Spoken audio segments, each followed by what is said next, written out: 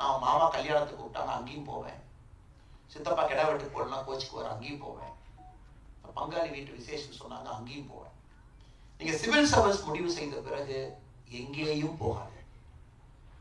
ஏன்னா இது உங்க கண்ட்ரோல்ல இருக்கு. மொமெண்ட் யூ சே நான் சிவில் சர்வெண்ட் ஆகணும், நான் எக்ஸாம் ப்ரிப்பேர் பண்ணணும் வந்துட்டீங்கன்னா இன்னையில இருந்து எல்லாமே உங்களுக்கு கட். எதெல்லாம் உங்களுக்கு மெயின்ஸுக்கு மார்க் ஆட் பண்ணாதோ, எதெல்லாம் இன்டர்வியூக்கு ஆட் பண்ணாதோ எந்த பக்கம் போயிடாது. இல்ல இன்டர்வியூ போர்ட்ல கண்டிப்பா கேள்வி கேட்க மாட்டாங்க. எத்தனை மாமா கல்யாணத்துக்கு போனீங்க? 4. அவர் 7 போனேன்னு சொன்னார். நீங்க சித்தப்பா கல்யாணத்துக்கு அடிக்கடி போவீங்களா? இதெல்லாம் நமக்கு மார்க் இல்லை, அப்ப எதுக்கு நம்ம பண்ணணுங்க? இது ரொம்ப ரொம்ப முக்கியம். இன்னைக்கு சிவில் சர்வெண்ட்ஸ்ல நிறைய பேர் கிராக் பண்ண முடியாதுக்கு நான் பார்த்ததுல காரணம் ஃபுல்லி கமிட்டடா அவங்களால இருக்க முடியல. இன்ஃபேக்ட் பொலிட்டிக்கல் பார்ட்டில சில பேர் சொல்லுவாங்க, நான் கட்சி வேலையும் பார்த்துட்டு சிவில் சர்வீஸ் ப்ரிப்பேர் பண்றேன்.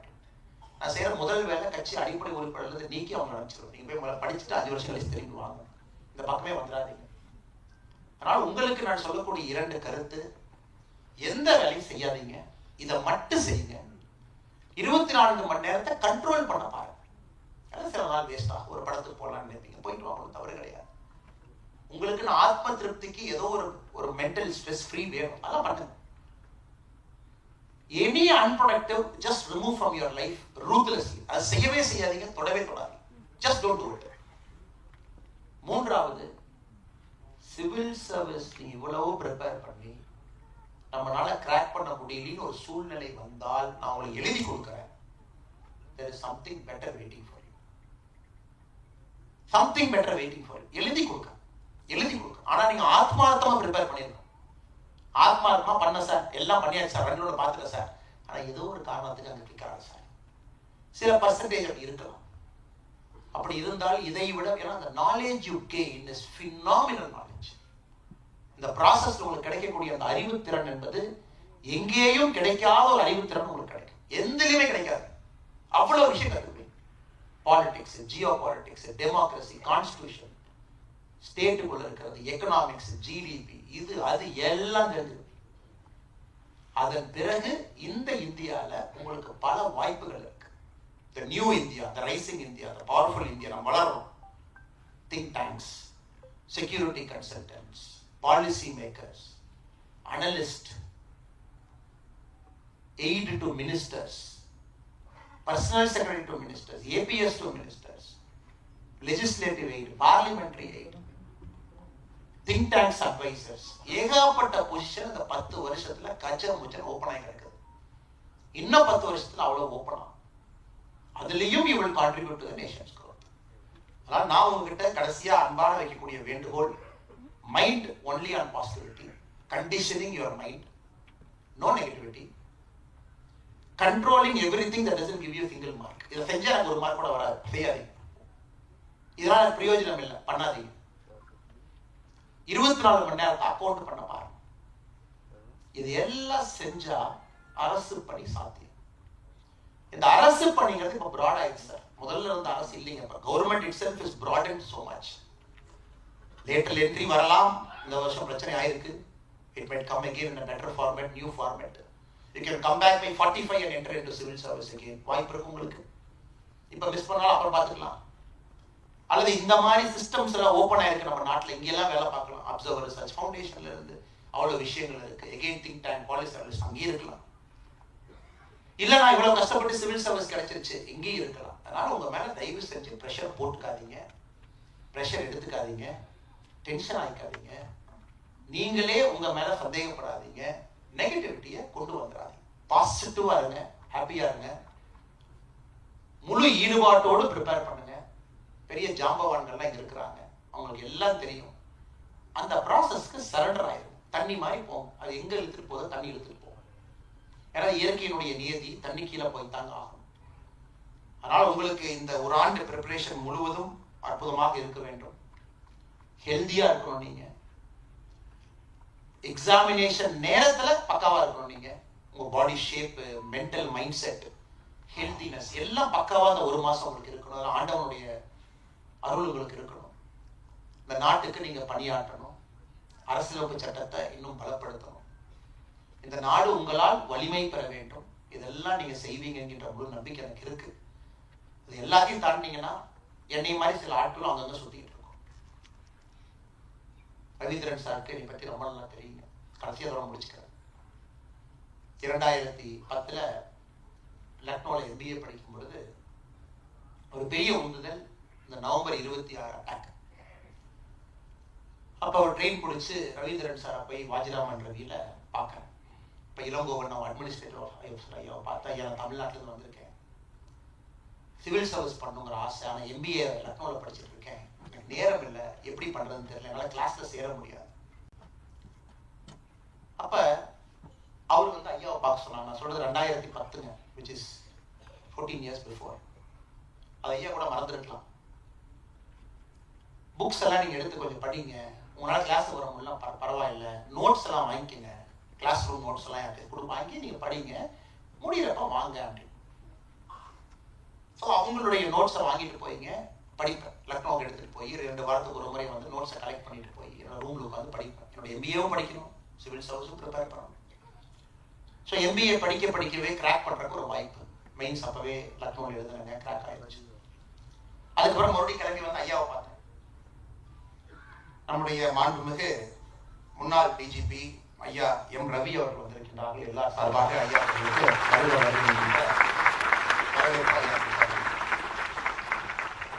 அது எப்படிப்பட்ட ஜாம்பவான்லாம் நீங்க உங்கள்கிட்ட பேச வந்திருக்காங்க பாருங்க.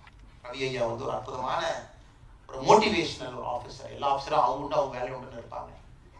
ஆனால் ரவி ஐயாவை பொறுத்தவரை ரிட்டையர் ஆகியும் இளைய தலைமுறை நன்றாக இருக்க வேண்டும் என்று எல்லா விஷயமும் பேசுறாங்க. ஜியோ பாலிடிக்ஸ் பேசுறாங்க, ரஷ்யா உக்ரைன் கான்ஃபிளிக்ட் அன்னைக்கு ஒரு வீடியோ பார்த்து பேசுறாங்க, எல்லா விஷயமும் பேசுறாங்க. என்ன ஒரு இது பாருங்க, மாணவர்களுக்கு அவர் ரிட்டையர் ஆனதுக்கு அப்புறமும் பயன்படுறாங்க. அதனால உண்மையாலுமே ஐயா அவர்களுக்கு ஒரு பெரிய பாராட்டு இந்த இடத்துல உங்கள் சார்பாக நான் சொல்லணும்.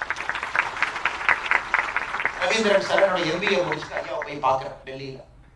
அப்போ இன்டர்வியூ கால் வந்திருக்கு. அப்போ ரவீந்திரன் சார் சொன்னார், ஒன்றும் கவலைப்படாதீங்க, ஒரு மார்க் இன்டர்வியூ ஒரு 3 செஷன் நான் கொடுக்குறேன், நீங்கள் அட்டென்ட் பண்ணுங்க அப்படின்னாரு. ஃபர்ஸ்ட் மார்க் இன்டர்வியூ ஐயா கேள்வி கேட்குறாரு, நான் பதில் சொல்கிறேன் ஐயாவோட சேம்பரில். உடனே நீ பார்த்துட்டு சொன்னார், நீங்கள் மறந்துருப்பாரான்னு தெரியலீங்க, சொன்னார், தம்பி நீங்கள் நல்ல மார்க் வாங்குவீங்க தம்பி அப்படின்னு சொல்லிட்டு அப்படியே பார்த்தார். இன்டர்வியூவில் நீங்கள் ஒரு 70% வாங்குவீங்க தம்பி, ஒரு 210 வாங்க, 300 இன்டர்வியூ 210 வாங்குவீங்க. எனக்கே ஒரு சந்தேகம், என்னடா அது 210 வாங்குவாங்கிறாரு, 300க்கு 210, 70% இஸ் குட் மார்க், ஏன் சொல்றாரு? ஒரு வார்த்தை கிட்ட சொன்னார், உங்க ஒரிஜினாலிட்டியை மட்டும் விட்டுறாதீங்க தம்பி, யூ ஆர் வெரி ஒரிஜினல் அப்படின்னாரு. அது ஐயா நான் வச்சிருக்காரு தெரியும், யூ ஆர் வெரி ஒரிஜினல், யாருக்காக உங்களை மாத்திக்காதீங்க. நீங்க ரொம்ப இந்த கோச்சிங் எல்லாம் போனீங்கன்னா சில நேரம் ஒரிஜினாலிட்டி மாறி போயிடும். நீங்க பேசுறது கொஞ்சம் அப்படி இப்படி இருந்தா கூட தம்பி அதெல்லாம் ஒன்றும் பிரச்சனை இல்லை, ஒரிஜினாலிட்டி எதிர்பார்க்கறாங்க, நீங்க இன்டர்வியூக்கு இதே மாதிரி போங்க அப்படின்னு. அந்த ஒரே நம்பிக்கையோடு இன்டர்வியூ போனாங்க. இன்டர்வியூல எனக்கு கிடைத்த மதிப்பெண் வந்து 240, 80%, 80%. திரும்ப நான் வாஜிராம் ஐயா ரவீந்திரன் ஐயா வந்து பார்க்குறேன், சார் 80% இன்டர்வியூ ஸ்கோர். ஏன்னா இன்டர்வியூ ஸ்கோர்னால மட்டும்தான் நான் சிவில் சர்வீஸ்க்குள்ளேயே போனாங்க. அவர் சொன்னார், ஆமா நான் எதிர்பார்த்தேன், பட் 80% சில பேருக்கு கொடுப்பாங்க, மேக்ஸிமம் கொடுக்க மாட்டாங்க அப்படின்னு. அந்த லெசனை தான் இப்போ நான் உங்களுக்கு சொல்லணும்னு நினைக்கிறேங்க. ஒரிஜினலா இருங்க, பி ஒரிஜினல், பி ஒரிஜினல். பெருசா உங்களை மாத்திக்காது, அப்படியே ரொம்ப அப்படியே உங்களை ஷேப் பண்ணி அதை பண்ணி இதை பண்ணி நீங்க ஏதோ ஒரு பதில் சொல்லணும்னு நினைப்பீங்க, நாங்கெல்லாம் சேர்ந்து உங்களை போட்டு குழப்பி இந்த பதில் சொன்னா தான் அவங்க ஏத்துக்குவாங்க அப்படின்லாம் சொல்லாதீங்க. மனசாட்சிப்படி நம்ம எல்லோரும் அரசியலமைப்பு சட்டத்துக்கு கீழே இருக்கோம், அதை மீறாதீங்க. மனசாட்சிப்படி நாம் எல்லோரும் மக்களுக்கு உதவி செய்வதற்காக இங்கே வந்திருக்கின்றோம், அதை மீறாதீங்க. மனசாட்சிப்படி நம்ம எல்லோருமே ஒரு சிவில் சர்வெண்டாக வரும் பொழுது மக்கள் நமக்கு மேல அப்படிங்கிற ஆட்டிடியூட வரும். இதை இந்த 3க்குள்ள என்ன வேணாலும் பதில் சொல்லுங்க அப்படிங்கறதுதான் என்னுடைய விஷயம். ஆனால் அன்னைக்கு ரவீந்திரன் ஐயா வந்து எனக்கு ஒரு பெரிய ஊக்கத்தை கொடுத்தாங்க, இன்னைக்கு உங்களுக்கு அந்த ஊக்கத்தை கொடுப்பாங்க. அதனால நிறைய பேர் நீங்க சிவில் சர்வீஸ்ல சாதிக்கணும், பெரிய ஒரு ஆளுமைகளாக வரணும். எங்கே இருந்தாலும் ஒரு தமிழனாக உங்களுடைய அடையாளம் இந்தியா முழுவதும் பரவி கிடக்கணும். ஆனால் future cabinet secretary, chief secretary, DGP, director intelligence bureau, director ரா, NTRO, பெரிய பெரிய அமைப்புகள்லாம் உங்களுக்காக காத்திருக்கு. ஃபாரின் செக்ரட்டரி, அந்த அமைப்புகளுக்கு நீங்க போய் அமரத்தான் போறீங்க, அது காலத்தினுடைய கட்டாயம். அதனால ஒரு நல்ல ஒரு பெரிய ஒரு அடையாளத்தோடு நீங்க பணி செய்யணும், மக்களுக்கு நல்லா அவங்களுடைய பணி மக்களுக்கு பயன்படணும். அதனால குறிப்பிடக்கூடிய எனக்கு நேரம் கொடுத்துருக்காங்க, 11:30 பேசி முடிக்கிறேங்க ஐயா, 11:28 இருக்கோம். அதனால் வாய்ப்பு கொடுத்த தினமலர் நிறுவனத்திற்கு நன்றி தெரிவித்து, நீங்கள் எல்லோரும் சாதிக்க வேண்டும் என்று எல்லாம் வல்ல இறைவனை, அல்லாஹ்வை, ஜீசஸ் கிரைஸ்ட, எல்லா 1,00,000க்கும் மேற்பட்ட இந்து கடவுளை வேண்டிக்கிறேன். நீங்க எந்த மதமாக, எந்த ஊராக, யாராக இருந்தாலும் உங்களுக்கு அருள் கிடைக்கட்டும். நீங்க எல்லாம் சேர்ந்து கிராக் பண்ணணும். குறிப்பா அப்பா அம்மாவுக்கு ஒரு பெரிய நன்றி. நிறைய நேரம் குழந்தைகளுடைய கனவுக்கு நீங்களும் கூட இருந்து சுமக்கிறீங்க. பெரிய பெரிய விஷயங்கள். உங்களுடைய பொருளாதார சுமை இருந்தாலும் கூட குழந்தைக்கு ஃபுல்லஸ்ட் சப்போர்ட் கொடுக்குறீங்க. அதனால இங்க இருக்கக்கூடிய எல்லா சிவில் சர்வன்ட்ஸ் பேரண்ட்ஸ்க்கு முதல்ல நன்றி தெரிவிச்சுக்கிறேன். சப்போர்ட் பண்ணுங்க, கூட நில்லுங்க. இந்த துறை கொஞ்சம் ஏற்ற இறக்கமாக தான் இருக்கும். கொஞ்சம் அப்படி இப்படி இருக்கும். மனசு நீங்க விட்டுறக்கூடாது. நீங்க மனசு விட்டா குழந்தைங்க மனசு விட்டுருவாங்க. அதனால கொஞ்சம் அப்படியே குழந்தைங்களோட அப்படியே ஒரு 4-5 இயர்ஸ் செயல் பண்ணி கூட நில்லுங்க. நிச்சயமா கிராக் பண்ணுவாங்க, நடக்கும். எல்லோருக்கும் நன்றி தெரிவித்து என்னுடைய உரையை முடித்துக் கொள்கின்றேன். நன்றி. சகோதரி, நான் சிவில் சர்வீஸ் வச்சு நான் சொல்றேன் உங்களுக்கு பதில். MBA படிச்சேங்க. சிவில் சர்வீஸ் போக வேண்டும் என்கின்ற ஆசை. எனக்கு லோன் வந்து 11,50,000 ரூபா என்னோட MBA லோன். ஏன்னா IIMல பார்த்தீங்கன்னா ரொம்ப கஷ்டங்க, வெரி காஸ்ட்லி. சிவில் சர்வீஸ் நான் வாங்கக்கூடிய சம்பளத்துக்கே லோன் கட்ட ஆரம்பிச்சேன்னா எனக்கு வந்து கிட்டத்தட்ட 9 வருஷம் EMI போட்டு கட்டுறேன். இது ஒரு உதாரணமாக வச்சு போட்டு சொல்றேன். நீங்களும் அந்த மாதிரி முடிவு எடுப்பீங்க. ஏன்னா MBA is very costly in India. So முதல் டெசிஷன் மேக்கிங் வந்து உங்களுடைய பொருளாதாரம். எங்க இருக்கிறீங்க, எங்க போகணும், உங்களால் அது முடியுமா?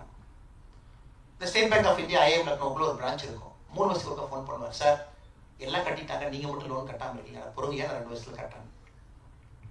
5 வருஷம் கழிச்சு ஃபோன் பண்ணாங்க. நீங்க தான் சார் ரெக்கார்டு, இது வரைக்கும் IIM லக்னோல யாருமே 5 வருஷம் லோன் கட்டல, 5th இயர் ரீச் ஆகிட்டீங்க. இருங்க சார் கட்டுறேன். ஸோ 9th இயர் கம்ப்ளீட் பண்ணேன். 9th இயர் வரைக்கும் மாசம் என்னோட EMIல வந்து 33,000 ரூபாய் ஒதுக்கி வச்சேன். ஏன்னா என்னுடைய லோன் பிளஸ் அந்த இன்ட்ரெஸ்ட் போகும். இது எல்லோரும் எடுக்கக்கூடிய முடிவு. பொருளாதாரம் என்பது அடிப்படையில் you have to take a call. எந்த கோச்சிங் இன்ஸ்டியூட் போவீங்க, எவ்வளவு கட்டுவீங்க, அந்த ஃபீஸ்க்கு வர்த்தா. இரண்டாவது முடிவு, வாட் இஃப் யூ ஃபெயில். எல்லாமே என்ன சொல்லுவாங்கன்னா வாட் இஃப் யூ சக்சீட். என்னுடைய இது எப்பவுமே what if you fail. Fail ஆனீங்கன்னா என்னென்ன பெர்முடேஷன் காம்பினேஷன், இது நடக்கலாம், இது நடக்கலாம், இது நடக்கலாம், இது நடக்கலாம், இதெல்லாம் ஆப்ஷன்ஸ்.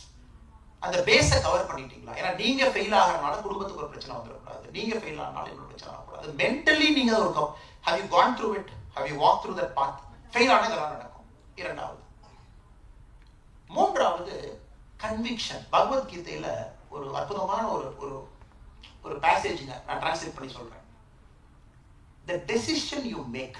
நீங்க சிவில் சர்வன்ட் ஆகணும்னு டெசிஷன் பண்ணிட்டீங்கல்ல, அதனுடைய சக்சஸ் வந்து எப்படின்னாங்க, the conviction at the time of making a decision அப்படிங்கிறாங்க. கீதையினுடைய ஒரு சாராம்சம் என்னன்னா, ஒரு முடிவு நீங்கள் எடுக்கும் பொழுது உங்கள் முடிவு எவ்வளவு உறுதியாக இருந்ததோ அந்த உறுதித்தன்மையை பொறுத்து தான் வெற்றி வரும் அப்படிங்கிறாங்க. அதனால முடிவு எதற்காக எடுத்தீங்கிற கன்விக்ஷன். எந்த முடிவு வேணாலும் நீங்க எடுங்க. அரசியல்வாதியா நான் பல முடிவுகள் எடுப்பேன். நீங்க ஒரு மாணவரா முடிவு எடுக்கிறீங்க. why are you doing it? பக்கத்துல இருக்கவங்களை ப்ளீஸ் பண்ணவா, இல்ல பேப்பர்ல வரவா, இல்ல நமக்கு வண்டி மேல ஒரு லைட் வச்சுக்குவோம். எதுக்காக நீங்க சிவில் சர்வன்ட் ஆகணும்? What is your conviction? இந்த 3 விஷயம், பொருளாதாரம், சூழ்நிலை, உங்களை சுற்றி இருக்கக்கூடிய சூழ்நிலை, குடும்பம் எல்லாம் ஒரே கேட்டகரியா வச்சுக்கோங்க. இரண்டாவது, தோல்வி இருந்தா என்னெல்லாம் நடக்கும். ஒரு மென்டலா வாக், ஏன்னா தோல்வி வந்துருச்சுன்னா நம்ம ஏற்கனவே திங்க் பண்ணிட்டு அது பெருசா தெரியாது. If you walk through it, ஏற்கனவே மென்டலா விஷுவலைஸ் பண்ணியாச்சு. தோத்தா பரவாயில்ல, அதை ஏற்கனவே விஷுவலைஸ் பண்ணிட்டோம்ல. நீங்க விஷுவலைஸ் பண்ணிட்டீங்கன்னா அது தோல்வியாக உங்களுக்கு தெரியாது. மூன்றாவது, கன்விக்ஷன் ஃபார் யுவர் டெசிஷன். எதற்காக அந்த முடிவு எடுக்கிறீங்க? அந்த கன்விக்ஷன் ரொம்ப முக்கியம். கன்விக்ஷன் வந்து உண்மையாலுமே கன்விக்ஷன் இருக்குன்னா அது வெற்றி தான். அது வெற்றி தான். கொஞ்சம் டிலே ஆகும். இந்த 3ம் என்னுடைய லைஃப்ல திரும்ப திரும்ப ஐ கீப் சர்க்குலேட்டிங் திங்கிங். நன்றி சகோதரி. Sir, good morning. I'm really happy to see you today, sir. And sir, in conditioning பத்தி சொல்லியிருந்தீங்க. Sir, to achieve a position and அதுக்கு நிறைய கைடன்ஸ்லாம் இருக்கு. We see many things. So after sustaining or handling a position பத்தி கொஞ்சம் பிரீஃபா. இது உங்களுக்கு இருக்கக்கூடிய முதல் அதுக்கெல்லாம் அப்படியே போகலீங்க. But still you ask that question. ஒரு இடத்துக்கு போறது ஈஸிங்க, அந்த இடத்தை தக்க வைக்கிறது ரொம்ப கஷ்டம். இன்னைக்கு நீங்க சிவில் சர்வெண்டா ஒரு மாவட்ட ஆட்சியர் ஆயிட்டீங்க அப்படின்னா, அல்லது ஒரு மாவட்ட காவல்துறை கண்காணிப்பாளர் ஆயிட்டீங்க, அல்லது ஒரு நாட்டுடைய அம்பாசிடர் ஆயிட்டீங்கன்னா, it is just a matter of 2 years 3 years. அதுக்கப்புறம் நீங்க ரோல் மாறித்தான். அதுக்கப்புறம் இன்னொரு பொறுப்புக்கு நீங்க போய்தான். ஏன்னா எந்த பொறுப்புமே சிவில் சர்வீஸ்ல ஒரு நிரந்தரம் கிடையாது. You keep moving and moving. எதுக்காக அந்த கண்டிஷனிங் அப்படிங்கிற வார்த்தை நான் பயன்படுத்தினாங்க, சில நேரத்துல நல்ல பொறுப்பு போவீங்க, சோ கால்ட் நல்ல பொறுப்பு, எல்லாம் நல்ல பொறுப்பு தான். சில நேரம் தண்ணி இல்லா காடுங்கிற பொறுப்புக்குள்ள போவீங்க, அதுவும் நல்ல பொறுப்பு தான். பட் உங்களுடைய conditioning is to serve people, it doesn't matter to you. அப்ப என்ன ஆகும், உங்க டெசிஷன் மேக்கிங்கே ரொம்ப ஸ்மார்ட்டா இருக்கும். நீங்க யாரையும் ப்ளீஸ் பண்ண போக மாட்டீங்க. அரசியல்வாதிகளோ ஒரு முதலமைச்சரோ அமைச்சரோ நல்லது மட்டும் நம்ம காதுல சொல்லணும், you will not to that. You will say what is right.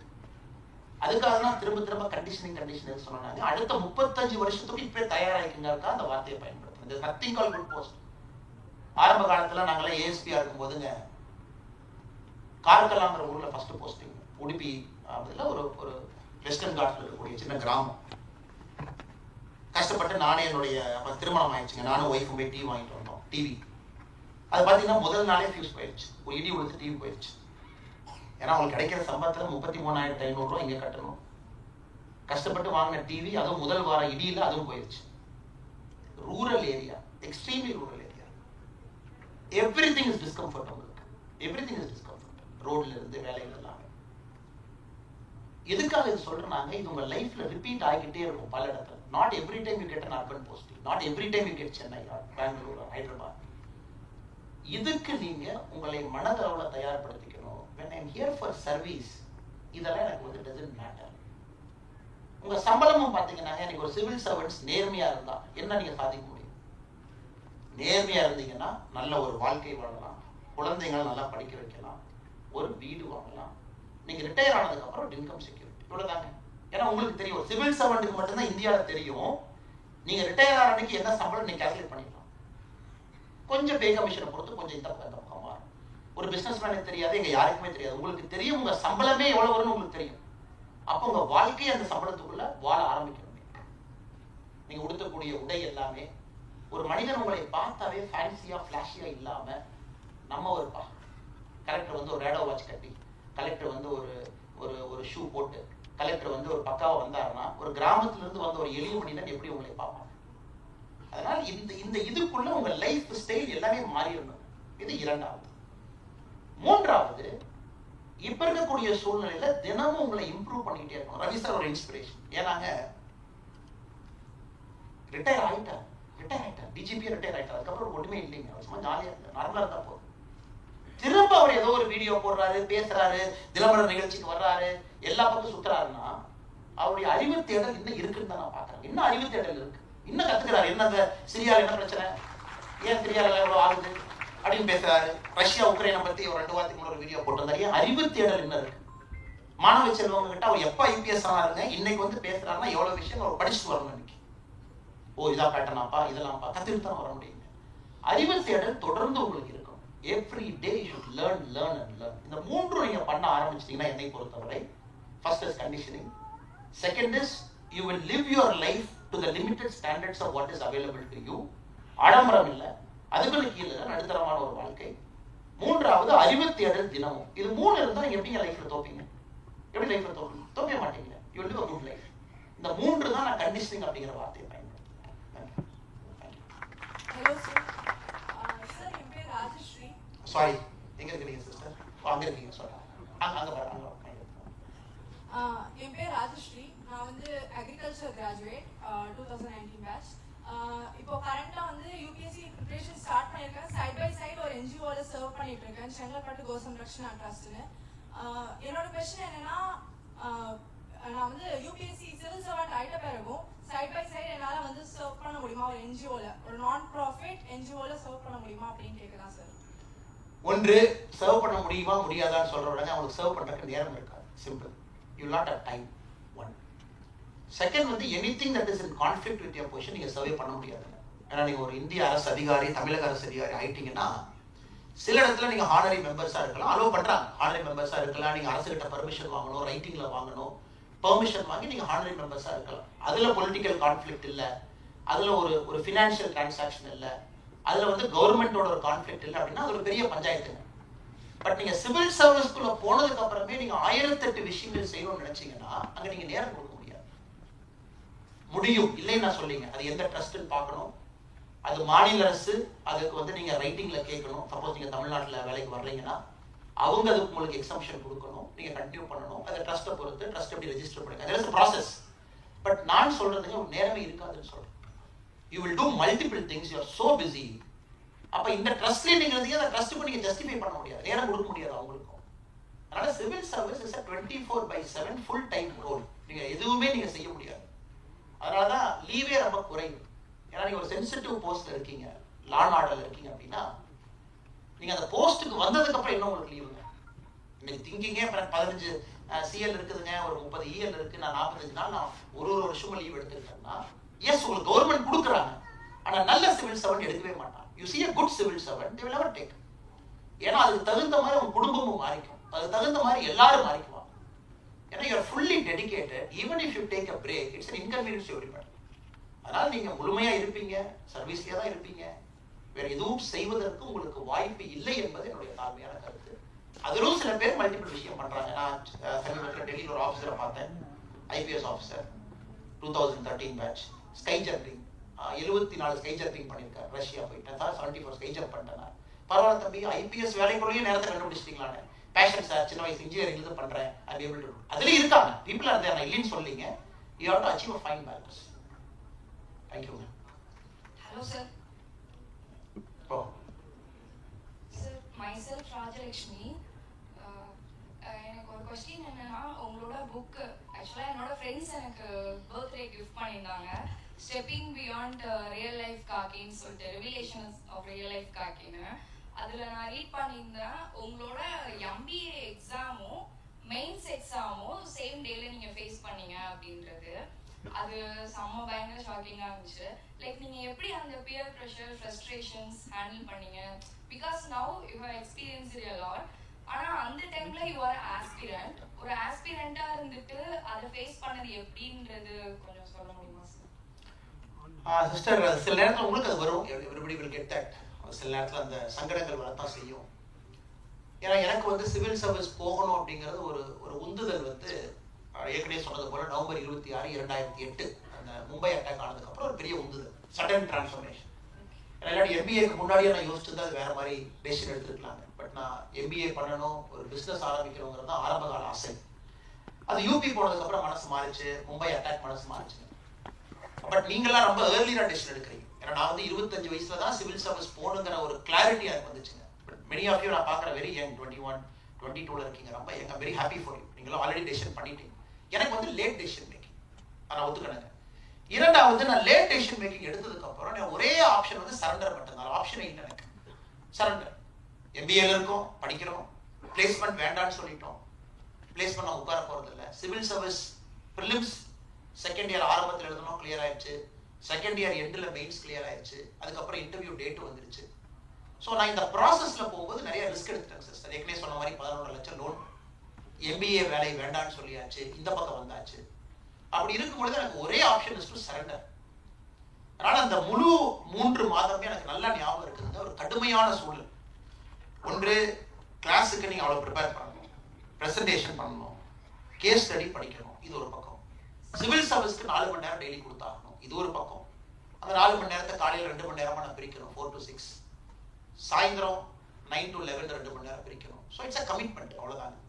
அந்த கமிட்மெண்ட் எப்போ வரும்னாங்க, when you have conviction. அதனால தான் நான் திரும்ப பேசும்போது ஒரு வார்த்தையை சொன்னேன், கீதையினுடைய ஒரு பேசிக் சாராம்சம், நீங்க முடிவு எடுக்கும் பொழுது உங்களுடைய முடிவு எவ்வளவு உறுதித்தன்மை அந்த முடிவில் இருந்துச்சோ அதை பொறுத்து தான் வெற்றி கிடைக்கும். So it is about conviction. Conviction தான் அந்த டெப்த் ஆஃப் யுவர் தாட். அதனால திரும்ப எல்லாத்துக்கும் சொல்றதுங்க, இங்க அங்க யோசிக்காதீங்க. சிவில் சர்வீஸ் வரணுமா, வரணும்னா வரணும், அவ்வளவுதான், முடிஞ்சு போச்சு. இதுல வந்து இங்க அங்க தமிழ்நாடு கிடைச்சா வருவேன், அசாம் கிடைச்சா போக மாட்டேன், யூபி கிடைச்சா போக மாட்டேன், அந்த பேச்சே இருக்கக்கூடாது. When the conviction is deep, 100% success will happen. So it's conviction. Thank you.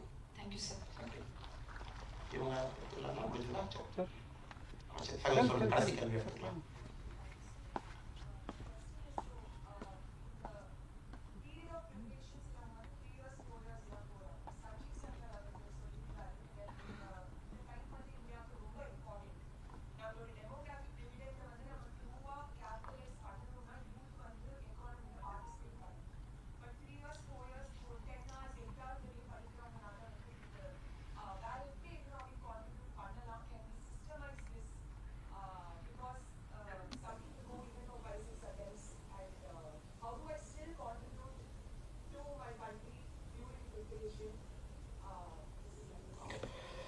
சரியான பதில் வந்து ரவீந்திரன் சார் அவங்க ரவி சார் அவங்க கொடுப்பாங்க சிஸ்டர். என்னுடைய அறிவு கேட்ட வரைக்கும் நான் அந்த பதில் சொல்ல முயற்சி பண்றேன்.